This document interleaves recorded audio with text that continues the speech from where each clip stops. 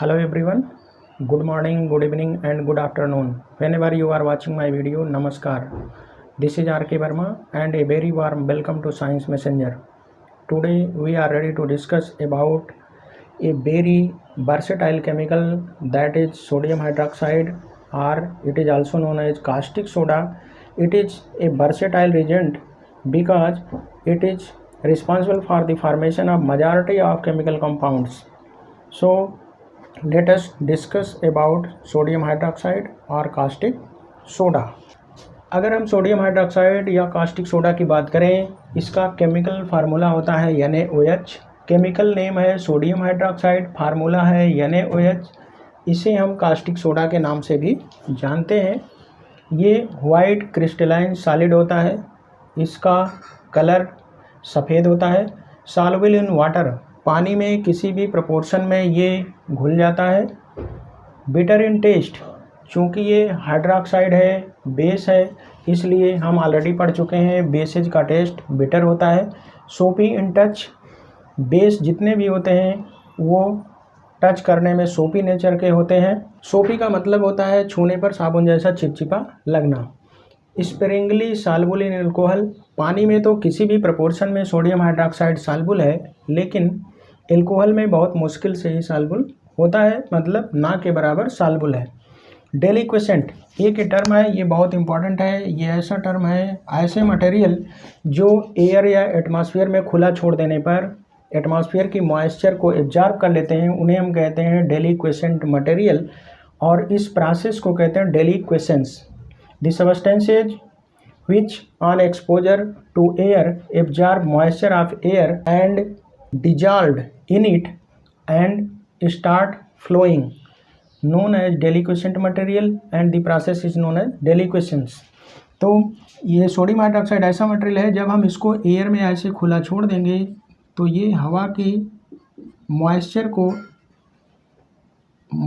को एब्जॉर्ब कर लेगा, और एब्जॉर्ब करने के बाद इसमें घुल जाएगा। घुलने के बाद ये फ्लो होने लगता है, बहने लगता है। तो इसी को हम कहते हैं, इस प्रोसेस को कहते हैं डेलिक्वेसेंस, और ऐसे मटेरियल को कहते हैं डेलिक्वेसेंट। ये इंपॉर्टेंट टर्म है। तो हमारा सोडियम हाइड्रोक्साइड एक डेलिक्वेसेंट मटेरियल है। Next property very very important, corrosive. तो हमने पहले ही पढ़ा था bases are corrosive in nature, तो सोडियम हाइड्रोक्साइड भी कोरोसिव होता है। कोरोसिव का मतलब क्या होता है, जब सोडियम हाइड्रोक्साइड को हम स्किन पर डालते हैं, break downs the protein of skin and flesh. Flesh means होता है मांस।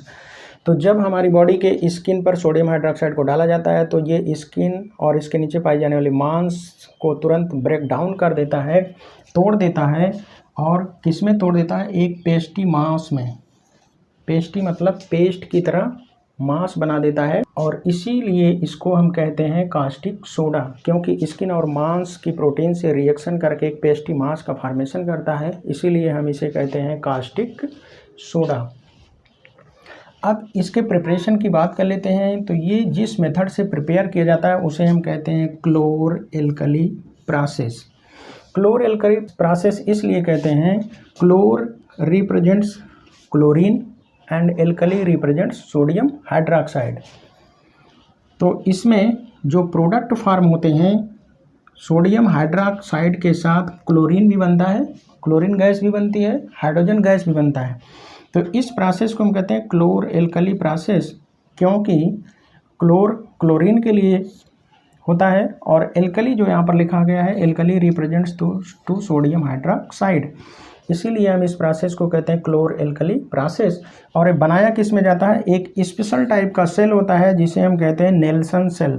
नेल्सन सेल या इसी को डायफ्राम सेल भी कहते हैं। स्पेशल टाइप का सेल होता है जिसमें ब्राइन की इलेक्ट्रोलिसिस करके इसको बनाया जाता है। ब्राइन मीन्स होता है strong solution of sodium chloride या कॉमन साल्ट या साधारण नमक का स्ट्रॉन्ग सोल्यूशन, उसी को हम कहते हैं ब्राइन। उसकी इलेक्ट्रोलिसिस नेल्सन सेल के अंदर करके सोडियम हाइड्रोक्साइड प्रिपेयर किया जाता है। नेल्सन सेल को हम डायफ्राम सेल भी कहते हैं। अब डायफ्राम का मतलब क्या होता है, डायफ्राम हमने पढ़ा होगा हमारी बॉडी में पाया जाता है। डायफ्राम का काम होता है चेस्ट कैविटी या थोरैसिक कैविटी को एब्डोमेन कैविटी से अलग करना। एब्डामेन कैविटी को चेस्ट कैविटी या थोरेसिक कैविटी से अलग करने का काम करता है हमारी बॉडी में पाया जाने वाला डायफ्राम। उसी तरह से इसमें ये देखिए नेल्सन सेल का स्ट्रक्चर बना है, ये है परफोरेटेड, ये इसी को हम कहते हैं परफोरेटेड छिद्रयुक्त या पोरस मेम्ब्रेन या डायाफ्राम। इस डायाफ्राम का काम है ये एनोड पार्ट को कैथोड पार्ट से, इधर देखिए कैथोड पार्ट है, ये एनोड पार्ट है, एनोड पार्ट को कैथोड पार्ट से अलग करने का काम करता है। ये है एनोड पार्ट, ये कैथोड पार्ट, दोनों को सेपरेट करने का कार्य करता है यह डायाफ्राम या पोरस मेम्ब्रेन, छिद्रयुक्त मेम्ब्रेन, इसी को हम डायाफ्राम कहते हैं। चूँकि ये एनोड को कैथोड से अलग करने का काम कर रहा है, इसीलिए हम इसे डायाफ्राम सेल भी कहते हैं। तो नेल्सन सेल का दूसरा नाम है diaphragm cell because diaphragm separates the anode part with cathode part. Separation का काम करता है, जिस तरह से हमारी बॉडी का डायफ्राम चेस्ट कैविटी और एब्डोमेन कैविटी को सेपरेट करने का काम करता है। अब ये बनता कैसे है, ये है नेल्सन सेल या डायफ्राम सेल का ओवरऑल स्ट्रक्चर। इसमें ये एक पूरा पॉट होता है, बर्तन, एस्बेस्टस की लाइनिंग इसमें होती है। ये जो पोरस मेम्ब्रेन है यहाँ पर भी एस्बेस्टस लगा होता है, एस्बेस्टस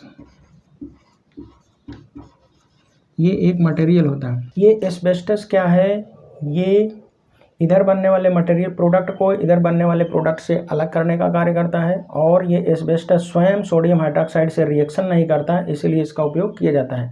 अभी आगे हम बताएंगे और क्लियर हो जाएगा। अब देखिए ये है नेल्सन सेल का स्ट्रक्चर, यहाँ पर लगा है ये डायफ्राम या पोरस मेम्ब्रेन, और ये सेपरेट कर रहा है एनोड पार्ट को कैथोड पार्ट से। ये यहाँ पर देखिए ये कार्बन का एनोड है, ये कार्बन का बना हुआ ये एनोड है, कार्बन का बना हुआ, और ये कैथोड है जो कि बना हुआ है परफोरेटेड स्टील, छिद्रयुक्त स्टील का, इसमें छिद्र बने होते हैं, ये छिद्रयुक्त स्टील का बना हुआ है कैथोड। अब यहाँ से हम फ्लो करते हैं ब्राइन या strong solution of sodium chloride, strong solution of NaCl, इसी को हम कहते हैं ब्राइन, यहाँ से हम इसमें डालते हैं। अब जैसे ही ब्राइन इसमें आके भरेगा और हम यहाँ से देखिए बैटरी जोड़े हैं, यहाँ से करंट फ्लो करेंगे। जब जैसे इसमें करंट फ्लो करेंगे होने लगेगा इलेक्ट्रोलिसिस, तो क्या होगा, NaCl एक इलेक्ट्रोवैलेंट कंपाउंड है, तो ये टूटेगा, NaCl इलेक्ट्रोलिसिस का टूट जाएगा, Na प्लस Cl माइनस, इसमें Na आयन और Cl आयन की बहुतायत हो जाएगी। अब क्या होगा, क्योंकि ये एनोड है पॉजिटिव चार्ज, ये कैथोड है नेगेटिव चार्ज, और ब्राइन सोल्यूशन का मतलब स्ट्रॉन्ग सोल्यूशन ऑफ NaCl, तो इसमें पानी ऑलरेडी है, तो पानी भी ब्रेक डाउन होगा, वाटर इलेक्ट्रोलिसिस कारण H ion plus OH minus ion बनाएगा। तो इस सेल के अंदर sodium plus chloride minus H plus OH minus ion का फॉर्मेशन हो जाएगा। अब देखिए H आयन चूँकि छोटा है, बहुत स्मॉल होता है, इसलिए तेज़ी से मूव करता है। तो H आयन जो है इस सोल्यूशन में पाया जाने वाला आयन तेज़ी से मूव करेगा कैथोड की तरफ, क्योंकि इस पर पॉजिटिव चार्ज है, कैथोड पर होता है देखिए नेगेटिव चार्ज, तो ये इसकी तरफ मूव करेगा और यहाँ पर आएगा, कैथोड से इलेक्ट्रॉन लेगा, इलेक्ट्रॉन ले करके ये क्या करेगा, रिड्यूस हो जाएगा। देखिए एट कैथोड हाइड्रोजन आयन आएगा, यहाँ कैथोड से इलेक्ट्रॉन लेगा, इलेक्ट्रॉन लेना, gain of electron is reduction, तो हाइड्रोजन आयन का रिडक्शन हो जाएगा और ये रिड्यूस हो जाएगा हाइड्रोजन गैस में। देखिए एक हाइड्रोजन आयन को हमने एक इलेक्ट्रॉन लिया तो बनेगा H, और इसीलिए एक H को हमने हाफ H2 गैस लिखा, और इसी को आप ऐसा भी लिख सकते हैं 2H plus 2 electron H2 gas. तो कहने का मतलब इस कैथोड पर, यहाँ इस कैथोड के पास बनेगा H2 गैस, और ये चूँकि गैस हल्की होती थी ये ऊपर उठ करके यहाँ से निकलेगी, ये आउटलेट है जहाँ से हाइड्रोजन गैस को बाहर निकाल लिया जाता है। अब जरा देखिए एनोड पर क्या होगा, एनोड पर अब ये हाइड्रोजन गैस हल्का छोटा होता है, छोटा होने के कारण इसकी मोबिलिटी, मूव करने की क्षमता तेज होती है, जबकि इसमें सोडियम आयन भी प्रेजेंट है। तो सोडियम आयन के प्रेफरेंस में हाइड्रोजन आयन जल्दी से यहाँ पहुँचकर इलेक्ट्रॉन लेकर रिड्यूस हो जाएगा, जबकि ये सोडियम आयन जो है ये इसी सोल्यूशन में पड़ा रहेगा। अब ठीक उसी समय इस सोल्यूशन में क्लोराइड आयन है, तो क्लोराइड निगेटिव आयन है, क्लोराइड आयन की मोबिलिटी ज़्यादा होती है, तो ये आएगा एनोड के पास, यहाँ पॉजिटिव चार्ज के पास आएगा। तो जैसे ही आएगा अपना इलेक्ट्रॉन इस एनोड को दे करके ये ऑक्सीडाइज हो जाएगा। एट एनोड क्लोरीन आएगा, ये अपना इलेक्ट्रॉन रिलीज करके Cl में बदलेगा। तो एक Cl आयन से एक इलेक्ट्रॉन निकाल करके हमने देखे लिखा है हाफ Cl2, इसलिए तो ये अपना इलेक्ट्रॉन एनोड को दे देगा और ये हो जाएगा ऑक्सीडाइज। तो 2Cl minus equal to Cl2 gas plus 2 electron. तो कहने का मतलब एनोड पर बनी क्लोरीन कैथोड पर बनी हाइड्रोजन गैस, और ये क्लोरीन आयन OH आयन के प्रेफरेंस में जल्दी से यहाँ आकर इलेक्ट्रॉन दे करके ऑक्सीडाइज हो जाता है। तो इसका मतलब कैथोड पर हो रहा है क्या, यहाँ पर कैथोड पर हो रहा है रिडक्शन, यहाँ पर हो रहा है रिडक्शन, और एनोड पर हो रहा है ऑक्सीडेशन। तो ये भी पूछा जाता है, बहुत इंपॉर्टेंट है, कैथोड पर रिडक्शन और एनोड पर ऑक्सीडेशन। और क्वेश्चन पूछा जाता है हाइड्रोजन कहाँ बनती है, कैथोड पर कि एनोड पर। तो हाइड्रोजन गैस बनती है कैथोड पर और क्लोरीन गैस बनती है एनोड पर। अब देखिए ये कैथोड पर बनने वाली हाइड्रोजन गैस का उपयोग बहुत ज़्यादा है, फ्यूल के रूप में हाइड्रोजन गैस ईंधन के रूप में उपयोग की जाती है। मार्गेरिन एक बहुत इंपॉर्टेंट कंपाउंड है जो कि सब्सटीट्यूट है बटर का। हम बटर को दूध की क्रीम से निकालते हैं, वो नेचुरल बटर है, लेकिन ये मार्गेरिन सिंथेटिक बटर है, बटर का सब्सटीट्यूट। तो सिंथेटिक बटर बनाने में इस हाइड्रोजन गैस का उपयोग किया जाता है। अमोनिया फर्टिलाइज़र बनाने में भी हाइड्रोजन गैस का उपयोग किया जाता है। तो हम बनाने चले थे सोडियम हाइड्रोक्साइड, लेकिन इसमें एक हाइड्रोजन गैस बाई प्रोडक्ट के रूप में हमें मिलता है। तो क्लोर एल्कली प्रोसेस में हमें बहुत सारे प्रोडक्ट मिलते हैं जिसमें हाइड्रोजन गैस है, क्लोरीन गैस है, ये बाई प्रोडक्ट के रूप में हमें मिलते हैं। अब देखिए यहाँ से जो एनोड पर क्लोरीन गैस निकली, इसका उपयोग है वाटर ट्रीटमेंट। ये जर्मिसाइडल प्रॉपर्टी होती है क्लोरीन की, तो वाटर ट्रीटमेंट, पानी को शुद्ध किया जाता है। स्विमिंग पूल में डालते हैं ताकि पानी शुद्ध बना रहे। PVC पॉलीविनाइल क्लोराइड बनाने के लिए उपयोग किया जाता है। PVC पॉलीविनाइल क्लोराइड, जो हम PVC की पाइप देखते हैं। CFC क्लोरोफ्लोरोकार्बन बनाने के लिए क्लोरीन का उपयोग किया जाता है। डिसइंफेक्टेंट के रूप में यूज किया जाता है इन्फेक्शन को रोकने के लिए। पेस्टिसाइड, पेस्ट्स को मारने के लिए क्लोरीन का यूज किया जाता है। अब इसमें क्लोरीन बन गई, हाइड्रोजन गैस बन गया। अब इस सॉल्यूशन में जो मौजूद है हमारे सोडियम आयन और हाइड्रॉक्सिल आयन, ये सोडियम आयन हाइड्रॉक्सिल आयन से मिलकर बनाएगा सोडियम हाइड्रॉक्साइड, जो कि हम मेन प्रोडक्ट जिसको हम बनाने जा रहे हैं। क्योंकि सोडियम आयन सोल्यूशन में है, हाइड्रॉक्सिल आयन सोल्यूशन में है, तो ये दोनों आपस में रिएक्शन करके बनाएंगे सोडियम हाइड्रॉक्साइड, जिसे हम कहते हैं कास्टिक सोडा। अब ये सोडियम हाइड्रॉक्साइड यहाँ से बाहर निकलेगा, आउटलेट है ब्राइन कंटेनिंग NaOH। चूँकि इसमें हम ब्राइन सोल्यूशन डाल रहे हैं तो कुछ मात्रा में ब्राइन भी बचा रहेगा, तो ब्राइन के साथ NaOH ये बाहर निकलेगा, ब्राइन के साथ NaOH बाहर निकलेगा। अब इस ब्राइन को हम कंसनट्रेट हमें करना पड़ेगा, तब हमें NaOH मिलेगा। ये डाइल्यूटेड NaOH होता है क्योंकि इसमें मिला रहता है ब्राइन, तो इसे हम कंसनट्रेट करके जितना कंसनट्रेशन का NaOH चाहिए उतना कंसनट्रेशन हम बना लेते हैं। अब देखिए, हमने आपको बताया था कि इस पूरे पोर्ट में एस्बेस्टस का अस्तर लगा होता है, इस डायफ्राम में भी एस्बेस्टस का अस्तर लगा होता है। अब एस्बेस्टस का क्या काम है? एस्बेस्टस का काम है, ये जो है इसमें बनने वाले प्रोडक्ट को सेपरेट रखता है, आपस में रिएक्ट नहीं करने देता, और एस्बेस्टस खुद सोडियम हाइड्रॉक्साइड से रिएक्शन नहीं करता। अब ये डायाफ्राम और एस्बेस्टस का काम है बनने वाले प्रोडक्ट को सेपरेट रखना, क्योंकि यहाँ पर जो क्लोरीन गैस बन रही है, ये क्लोरीन गैस अगर सोडियम हाइड्रॉक्साइड के संपर्क में आ जाएगी तो सोडियम हाइड्रॉक्साइड क्लोरीन गैस से तेज़ी से रिएक्शन करके बनाता है सोडियम हाइपोक्लोराइट यानी OCl। तो इसलिए ये क्लोरीन सोडियम हाइड्रॉक्साइड से रिएक्ट ना कर पाए, इसीलिए ये परफोरेटेड डायफ्राम लगा होता है जिस पर एस्बेस्टस का अस्तर लगा होता है, ताकि ये बनने वाले प्रोडक्ट आपस में मिलकर रिएक्शन ना कर पाए। ये बहुत इंपॉर्टेंट क्वेश्चन है, पूछा जाता है why asbestos lining is made inside the Nelson cell. तो बनने वाले प्रोडक्ट को सेपरेट करने के लिए या ये आपस में रिएक्ट ना करें, इसीलिए एस्बेस्टस का स्तर लगा होता है। पूछा जाता है why diaphragm is used in Nelson cell. Nelson cell में डायफ्राम का यूज क्यों किया जाता है? क्योंकि बनने वाली क्लोरीन सोडियम हाइड्रोक्साइड से रिएक्ट ना करे, क्लोरीन को सोडियम हाइड्रोक्साइड से सेपरेट रखने के लिए डायफ्राम का यूज किया जाता है। अब हम देख लेते हैं 3 वेरी इंपॉर्टेंट क्वेश्चंस जिसमें इस नेल्सन सेल से जो कि पूछे जाते हैं। पहला question, H2 is farmed eight. तो यहाँ से देखिए H2 हाइड्रोजन गैस का फॉर्मेशन कहाँ हो रहा है? कैथोड पर। तो हमारा आंसर हो जाएगा कैथोड पर। ये बहुत इंपॉर्टेंट क्वेश्चन है, जनरली हम कंफ्यूज हो जाते हैं। दूसरा क्वेश्चन पूछा जाता है Cl2 is farmed eight. Cl2 कहाँ फार्म हो रहा है? तो Cl2 देखिए ये एनोड पर फार्म हो रही है, तो Cl2 बनती है एनोड पर। तीसरा क्वेश्चन जो बहुत इंपॉर्टेंट है वो पूछा जाता है NaOH कहाँ फार्म होता है?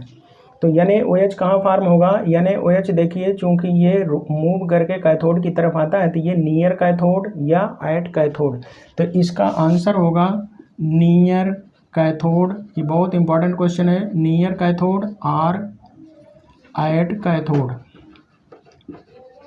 दोनों चीज़ें सही हैं। जिस तरह का MCQ में ऑप्शन आता है उस तरह से आपको टिक करना है। तो ये देखिए ये पॉजिटिव है, नेगेटिव की तरफ आएगा तो ये कैथोड के इर्द गिर्द यहीं कहीं बनेगा, तो नियर कैथोड और एट कैथोड। अब हम देख लेते हैं यूजेज ऑफ NaOH। NaOH का यूज क्या है? NaOH एक हमने आपको पहले बताया एक वर्सेटाइल बेस है जिसकी सहायता से मेजॉरिटी ऑफ कंपाउंड का फॉर्मेशन किया जाता है। तो पहला है मैन्युफैक्चर ऑफ सोप, साबुन बनाने में, डिटर्जेंट बनाने में। आप सोप्स एंड डिटर्जेंट हम आगे पढ़ेंगे चैप्टर नंबर 4 में, तो वहाँ हम आपको बताएंगे सोप्स और डिटर्जेंट बनाने में। रेयान, रेयान एक बहुत इंपॉर्टेंट कंपाउंड है जिसे हम आर्टिफिशियल सिल्क भी कहते हैं, इसी का नाम है आर्टिफिशियल सिल्क। पूछा जाता है आर्टिफिशियल सिल्क किसे कहते हैं? तो ये है रेयान, एक पॉलीमर है जिसको बनाने में सोडियम हाइड्रोक्साइड का यूज किया जाता है। वुड पल्प, वुड पल्प से सोडियम हाइड्रोक्साइड की सेलुलोज या वुड पल्प से सोडियम हाइड्रोक्साइड की सहायता से रेयान बनाया जाता है, इसे हम कहते हैं आर्टिफिशियल सिल्क या कृत्रिम रेशम, कृत्रिम रेशम कहते हैं। तो ये बहुत इंपॉर्टेंट है, पूछा जाता है artificial silk is also known as by the name of rayon. Dye बनाने में, डिफरेंट टाइप के कलर बनाने में, पेपर इंडस्ट्री में पेपर बनाने में भी इसका उपयोग किया जाता है, ड्रग्स मेडिसिन बनाने में इसका उपयोग किया जाता है। और NaOH का नेक्स्ट यूज है पेट्रोलियम रिफाइनिंग। जब हम पेट्रोलियम क्रूड ऑयल कच्चा तेल निकालते हैं उसकी रिफाइनिंग करते हैं तो वहाँ पर भी इसका उपयोग किया जाता है। डीग्रीसिंग एजेंट, जैसे जब कोई हमारे पास मशीन है उसके पार्ट में ग्रीस लग जाता है, चिपचिपा वो छूटता नहीं, तो वहाँ पर हम NaOH लगाते हैं, डालते हैं तो वो ग्रीस को हटा देता है। तो डीग्रीसिंग एजेंट के रूप में cleaning for machines and metal seats, machine के पुर्जे और मेटल सीट में लगे हुए ग्रीस को हटाने के लिए यूज किया जाता है, इसलिए इसको कहते हैं degreasing agent. Preparation of soda lime, soda lime एक बहुत इंपॉर्टेंट कंपाउंड है जिसकी ऑर्गेनिक केमिस्ट्री में बहुत ज़्यादा यूज होता है डिफरेंट कंपाउंड बनाने में। तो soda for sodium hydroxide, lime means quick lime, CaO, इसी को हम कहते हैं क्विक लाइम। तो क्विक लाइम और सोडियम हाइड्रोक्साइड के मिक्सचर को कहते हैं सोडा लाइम। ये वेरी वेरी इंपॉर्टेंट केमिकल है। नेक्स्ट है for mercerizing in cotton industry, MERCERIZING, mercerizing. Mercerizing एक टर्म है जिसका मतलब होता है कि कॉटन इंडस्ट्री में जो फैब्रिक्स बनाए जाते हैं, कपड़े, वो अनश्रिंकेबल हों, सिकुड़े, उसके लिए उसमें डाला जाता है NaOH।